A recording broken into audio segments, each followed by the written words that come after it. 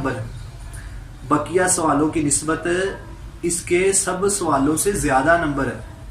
15 number का ये सवाल है और आपको पता है कि आपके टोटल नंबर पे ये सवाल जो है वो असरअंदाज होता है। तो इसलिए इस सवाल को करने के लिए मैं आपको इसका एक तो तरीकाकार बताऊंगा आज, किस तरह इस सवाल को हल करना है। क्योंकि ये सवाल बड़ा है तो इसके कुछ हिस्से हैं, वो कौन से उसके हिस्से हैं उस पे बात होगी आज। तो आइए आज का लेक्चर जो है वो स्टार्ट करते हैं। सबकी इक्तबास की तशरीह।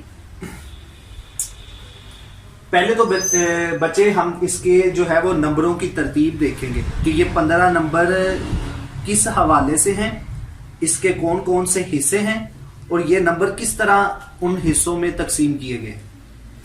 3 हिस्से हैं बच्चे इस सवाल के। पहला हवाला मतन, दूसरे नंबर पे सियाको सबाक और तीसरे नंबर पे तशरीह। तो हम ये 3 हिस्सों में ये सवाल जो है वो तकसीम होता है। तो आपने इसके तीनों हिस्सों को ही लिखना होता है। तो उस हवाले से हम देखते हैं। हवाला मतन 1 जमा 1, सियाको सबाक 3, तशरीह के 10 नंबर। अच्छा बच्चे, तो जब आपने ये सवाल शुरू करना है, सबसे पहले आप लिखेंगे सवाल नंबर 3, क्योंकि ये पेपर में होता ही सवाल नंबर 3। तो आप शुरू में लिखें या आखिर में लिखें तो ये सवाल नंबर कौन सा होगा? 3। तो आपने सवाल नंबर 3 ही लिखना है। सवाल नंबर 3 लिखे मार्कर के साथ, इसको साथ ब्रैकेट लगाएं, खूबसूरत लगेगा। प्रेजेंटेशन भी जो है वो बेहतरीन पेशकश आपकी जो है वो मुमतहिन के लिए होगी, ताकि वो देखे, उसके ऊपर अच्छा तासुर पड़े और वो फिर आपको अच्छे नंबर देने पे मजबूर हो जाए। अच्छा, आगे मैंने लिखा हुआ पैराग्राफ की तशरीह। बेटा आपको पता है कि पेपर में जवाब के लिखने के नंबर होते हैं, सवाल लिखने के नंबर नहीं होते। सवाल तो इसका बहुत बड़ा है, क्योंकि आपको पता है 2 पैराग्राफ दिए होते हैं। तो 2 पैराग्राफ सवाल होता है कि जी दिए गए पैराग्राफ में किसी एक इक्तबास की जो तशरीह है वो सियाको सबाक के हवाले से करें, नीज मुसन्निफ का नाम, सबक का उन्वान भी लिखें। तो सवाल तो बहुत बड़ा है, लेकिन आपने एक तो वक्त बचाना है, अपनी प्रेजेंटेशन को बेहतर करना है, खूबसूरत बनाना है। तो उसके लिए आपने सवाल भी मुख्तसर लिखना है, जैसा कि मैंने लिखा हुआ है पैराग्राफ की तशरीह। मुकम्मल सवाल नहीं लिखना, बल्कि सिर्फ मुख्तसर पैराग्राफ की तशरीह। उसके बाद बेटा जैसे कि मैंने बताया कि 2 पैराग्राफ होते हैं। मैट्रिक में तो आपने देखा है कि दोनों पैराग्राफ की तशरीह करनी होती है, लेकिन साल अव्वल में और साल दोम में ऐसा नहीं है। 2 पैराग्राफ होंगे, लेकिन तशरीह जो है वो एक ही की करनी है और उसके 15 नंबर है। तो आप लिखेंगे 2 पैराग्राफ हैं, तो आपने ये साथ जरूर मेंशन करना है कि आप पैराग्राफ अलिफ लिख रहे हैं या बे, दोनों में से कौन सा पैराग्राफ लिख रहे हैं। और बेटा पैराग्राफ लिखने का भी एक तरीका है। सारा पैराग्राफ नहीं लिखेंगे आप, 4-5 लाइनें नहीं जाया करेंगे उधर, बल्कि जो पैराग्राफ आपको दिया गया है 2-4 अल्फाज शुरू वाले लिखकर उसके बाद डॉट डालते जाएं और उस पैराग्राफ के आखिर वाले 2-3 अल्फाज लिख के उस पैरे को खत्म कर दें, जैसा कि आपको नजर आ रहा है मैंने लिखा हो। अच्छा, आगे बच्चे जो पैराग्राफ आपने लिखना है उसको आपने मेंशन कर दिया है, अलिफ है या बे है वो भी आपने बता दिया। और सारा पैराग्राफ नहीं लिखना, बल्कि 2-4 अल्फाज शुरू वाले लिख लेने हैं और 2-4 अल्फाज बाद वाले लिख लेने। अब उसका सबसे पहले जैसे कि हमने सवाल की तरतीब बनाई है, नंबर सबसे पहले हवाला मतन होगा, फिर सियाको सबाक, फिर तशरीह। अब हवाला मतन में क्या चीजें आती हैं? हवाला मतन में पहले नंबर पे मुसन्निफ का नाम, कि जो पैराग्राफ आपको जिस सबक से दिया गया है वो आप पैरा पढ़ेंगे, फिर देखेंगे कि ये इसके मुसन्निफ का नाम क्या है। आप मुसन्निफ का नाम लिखेंगे और फिर उस सबक का उन्वान क्या है। ये बेटा सबक का नाम नहीं होता, सबक का उन्वान होता है। तो आपने सबक का उन्वान देना। अच्छा, अब ये बात काबिल गौर है कि इन हवाला मतन में जैसे कि मैंने लिखा हुआ 1 जमा 1, एक नंबर जो है वो मुसन्निफ का नाम, एक नंबर सबक का उन्वान। ये 2 नंबर हवाला मतन के हैं। बकिया जो 2 चीजें मैंने इजाफी लिखी हुई हैं उसके नंबर नहीं है, नंबर सिर्फ मुसन्निफ के नाम के और सबक के उन्वान के। ये जो बकिया मैंने 2 चीजें लिखी हैं इजाफी, ये प्रेजेंटेशन को खूबसूरत बनाने के लिए, ठीक है, मुमतहिन के ऊपर अच्छा तासुर पैदा करने के लिए, ताकि वो आपसे मुतासर हो कि आपको सबक के बारे में बकिया चीजें भी पता है और वो आपको नंबर देने पे मजबूर हो जाए। अगर आपको ठीक आती हैं तो वो फिर आप ये चीजें लिखेंगे, अगर आपको नहीं आती तो आपने गलत नहीं लिखना, ये ना हो कि वो पेपर चेक करने वाले पे बुरा तासुर पैदा हो। अगले नंबर पे मैंने क्या लिखा है, सिर्फ। अब देखिए, है तो ये नसर, लेकिन फिर नसर में कई किस्में होती हैं कि आया ये मजमून है, अफसाना है, नोवेल है, मजाया मजमून है, कोई सफरनामा है, क्या चीज है। तो मुख्तलिफ असनाफ होती हैं नसर की भी, तो आप बताएंगे कि ये सबक जो है वो सीरत है, सीरत निगारी पे है, कि इसमें हुजूर अलैहिस्सलातु वस्सलाम के औसाफ को बयान किया गया है। तो ये सबक सिन्फ के एतबार से सीरत निगारी है। फिर आगे मैंने लिखा हुआ है माखज। माखज अखज से निकला है, यानी वैसे तो ये सबक आपकी किताब साले अव्वल की जो सरमाया उर्दू किताब है उसमें ये सबक शामिल है, लेकिन असल ये सबक लिया कहां से गया है, ये असल में सबक का जो माखज ये कहां से अखज किया गया है, कहां से लिया गया है, तो वो असल इसका माखज जो है वो खुतबात मदरास है। आपको पता है मदरास जगह का नाम है, तो सैयद सुलेमान नदवी जो है वो मदरास में खुतबे इरशाद फरमाने के लिए गए थे, तो उसको फिर एक किताबी शक्ल की सूरत इख्तियार कर दी गई, तो इसलिए इसको फिर खुतबाते मदरास का नाम दे दिया गया। तो जैसा कि पहले मैंने बता दिया कि मुसन्निफ का नाम और सबक का उन्वान, इसके एक एक नंबर है।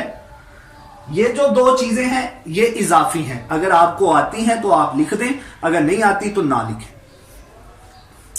उसके बाद बेटा आ गया सियाको सबाक। अब सियाको सबाक क्या है? सियाको सबाक, सबाक होता है बेटा जो पैराग्राफ आपको दिया गया है उससे पहले वाला हिस्सा, और सियाक होता है जो पैराग्राफ आपको दिया गया है उसके बाद वाला हिस्सा जो कुछ सबक में है, ठीक है ना। तो अगर पैराग्राफ दरमियान से आया है तो आपने सियाको सबाक में लिखना होता है कि इस पैरे से सबक में पहले जो कुछ बयान हुआ है और इस पैरे के बाद जो कुछ बयान हुआ है इसको फिर सियाको सबाक कहते हैं। यानी उस बकिया पैराग्राफ को आपने इस पैराग्राफ के साथ क्या करना है, जोड़ना है, इसके साथ उस पूरे सबक का रब्त पैदा करना है, इसी का नाम क्या है, सियाको सबाक। अच्छा, फिर सियाको सबाक 2 किस्म के होते हैं। एक सियाको सबाक होता है मिसाली, एक होता है इजमाली। अब दोनों में फर्क क्या है? मिसाली सियाको सबाक वो होता है जो कि मैंने पहले बता दिया कि जो पैराग्राफ आपको दिया गया है इससे पहले जो कुछ सबक में बयान हुआ है और इस पैराग्राफ के बाद जो कुछ सबक में बयान हुआ है उसको आपने एक तरतीब के साथ लिखना है। कितनी लाइनों में लिखना है? 10 से 12 सतूर में लिखना है। 10 से 12 लाइनों में आपने वो पूरा सबक क्या करना है, बयान करना है, खुलासे की सूरत में मुख्तसिर करके, और इसके साथ उसका रब्त पैदा करना है, इस पैराग्राफ के साथ आपने उसको जोड़ना है। तो इस सियाको सबाक को मिसाली कहते हैं। दूसरे नंबर पे इजमाली सियाको सबाक क्या होता है बेटा? इजमाली सियाको सबाक उसको कहते हैं कि आप पूरे सबक का मुख्तसिर करके खुलासा बयान कर देते हैं, तो इसको इजमाली सियाको सबाक कहते हैं। मिसाली में फिर बता रहा हूं, मिसाली में आप इस पैराग्राफ से पहले वाला हिस्सा और इस पैराग्राफ के बाद वाला हिस्सा बयान करते हैं, लेकिन इजमाली में आप पूरे सबक का मुख्तसिर खुलासा बयान कर देते हैं। कितनी लाइनों में? 10 से 12 सतूर में, तो इसको इजमाली सियाको सबाक कहते हैं। अच्छा, फिर एक अहम बात कि जब आपने 8 से 10 लाइनों में उस पूरे सबक का सियाको सबाक लिख लेना है, फिर आखिर पे एक चीज लाजमी लिखनी है, महल्ले वकू,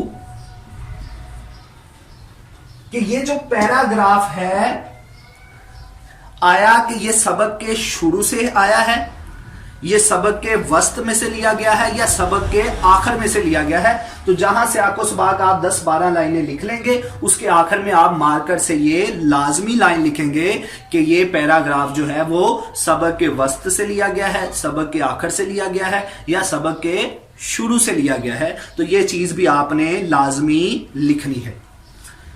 اس کے بعد بیٹا تو حوالہ متن کے 2 نمبر, پھر سیاق و سباق کے کتنے نمبر ہو گئے؟ 3 نمبر. تو یہ ہو گئے ٹوٹل 5 نمبر. اب سب سے اہم چیز اس سوال کی تیسرا حصہ تشریح, جو کہ 10 نمبر کی ہے. اب بچے کیا کرتے ہیں, بچے جو ہیں وہ سیاق و سباق 3 نمبر کا ہے, اس کے 1 سے 2 صفحے لکھ دیتے ہیں, اور تشریح جو ہے وہ 10 نمبر کی ہے, اس کا 1 صفحہ لکھا ہوتا ہے. تو بیٹا جو تشریح ہے وہ کم از کم 2 سے 3 صفحات پر ہونی چاہیے. 2 سے 3 صفحات پہ آپ لکھیں گے تو پھر آپ کو وہ تشریح میں 10 میں سے 9 نمبر دے سکے گا. ورنہ اگر آپ ایسا کریں گے کہ سیاق و سباق کو زیادہ لکھ دیں جس کے نمبر ہی تھوڑے ہیں, اور تشریح کے نمبر زیادہ ہیں وہ آپ کم لکھ دیں, تو ایسا نہیں ہو سکتا. تو بیٹا تشریح جو ہے وہ 2 سے 3 صفحات میں لکھنی ہے آپ نے. اور تشریح لکھنے کا طریقہ کار کیا ہے بیٹا؟ بچے کیا کرتے ہیں, تشریح کرتے وقت پیراگراف ہے, اس کی 1 لائن پڑھی, اس کی 2-3 لائنوں میں تشریح کر دی, پھر دوسری لائن پڑھی, اس کی 1-2 لائنوں میں تشریح کر کے, ایسا کرتے کرتے وہ آدھا صفحہ یا 1 صفحہ بھی مکمل نہیں ہوتا, ان کے پاس مواد ختم ہو جاتا ہے. پھر بچے کیا کرتے ہیں, دیوار کی طرف لائٹیں گننا شروع ہو جاتے ہیں, پنکھوں کے پرد گننا شروع ہو جاتے ہیں, ادھر ادھر جھانکنا شروع ہو جاتے ہیں. کیوں؟ ان کے پاس مواد ہی ختم ہو گیا. تو بیٹا ایسا نہیں کرنا. آپ نے تشریح جو ہے وہ ایسے نہیں کرنی کہ 1-1.5 لائن کو پڑھا اور اس کو 2-3 لائنوں میں بیان کر دیا. ایسا بالکل نہیں کرنا. بلکہ تشریح کرنے نہ آپ نے پورے تشریح میں پورا سبق, بچے خلاصہ لکھ دیتے ہیں, نہ آپ نے پورا سبق کا خلاصہ. میں پھر فرق واضح کر دوں, سیاق و سباق میں آپ نے اس پیراگراف سے پہلے اور بعد میں جو کچھ بیان کیا گیا ہے اس کو بیان کرنا ہے, اس پیراگراف کو نہیں چھیڑنا. اور تشریح میں آپ نے بقیہ سبق کو نہیں چھیڑنا, بلکہ اس دیے گئے اقتباس کی تشریح کرنی ہے. صرف تشریح کے اندر آپ نے بقیہ سبق کو نہیں چھیڑنا, پورا خلاصہ نہیں لکھنا, بلکہ آپ نے کیا کرنا ہے, جو آپ کو پیراگراف دیا گیا ہے صرف اسی ہی کی تشریح کرنی ہے. سمجھ آئی نا میری بات؟ اچھا, تو تشریح کیسے کرنی ہے بیٹا؟ ہر پیراگراف میں کوئی نہ کوئی ایک بنیادی نقطہ ہوتا ہے, کیونکہ مختلف پیراگراف ہوتے ہیں, 3, 4, 5, ہر سبق میں اتنے پیراگراف ہوتے ہیں. تو ہر پیراگراف میں کوئی نہ کوئی ایک بنیادی نقطہ لازمی ہوتا ہے. جیسا کہ میں آپ کو جب خلاصہ کرواتا ہوں تو ہر پیراگراف کا ایک نقطہ بیان کر دیتا ہوں کہ اس کا یہ نقطہ ہے. تو آپ نے اس بنیادی نقطے کو لینا ہے اور اس پہ پھر پورا مضمون لکھنا ہے. جیسے ایک لفظ ہوتا ہے نا, وقت کی پابندی ہے, علامہ اقبال ہے, قائد اعظم ہے, اسوہ حسینہ ہے. یہ ایک لفظ پہ اگر آپ کو دیا جائے تو آپ اس پہ پورا مضمون لکھ دیتے ہیں. ٹھیک ہے, تو اسی طرح آپ نے پیراگراف کو اچھے طریقے سے پڑھ کر اس میں جو بنیادی نقطہ ہوگا اس کو لینا ہے اور اس پہ پورا مضمون لکھ دینا ہے. تو وہ آپ کے 2 سے 3 صفحات بڑی آسانی سے ہو جائیں گے, آسانی سے لکھے جائیں گے. اگر آپ خلاصہ لکھنے بیٹھ جائیں گے سارے سبق کا, پھر بھی ایسا ٹھیک نہیں ہے, اس طرح آپ کا سوال جو ہے وہ غلط ہو جائے گا. اور اگر آپ 1-1 لائن پڑھ کے اس کی 2-2 لائنوں میں 3-3 لائنوں میں تشریح کریں گے تو اس طرح بھی آپ کا سوال جو ہے وہ مکمل نہیں ہوگا. تو 1 پیج پہ اگر آپ حوالہ متن سیاق و سباق لکھیں تو 1 پیج پہ یہ آ جاتا ہے, اور بقیہ آپ 2 سے 3 صفحات پہ تشریح لکھتے ہیں تو بچے یہ سوال آپ کا 3 سے 4 صفحات پر پورا آتا ہے, مکمل ہوتا ہے. تو میں امید کرتا ہوں کہ آپ اس لیکچر سے بھرپور فائدہ اٹھائیں گے, مستفید ہوں گے. اور اگر کوئی بات آپ کو سمجھ نہ آئے تو بیٹا آپ ضرور مجھ سے رابطہ کیجئے. اللہ تعالیٰ آپ کو ہمیشہ خوش رکھے, سلامت رہیں. مجھے اجازت دیں. السلام علیکم.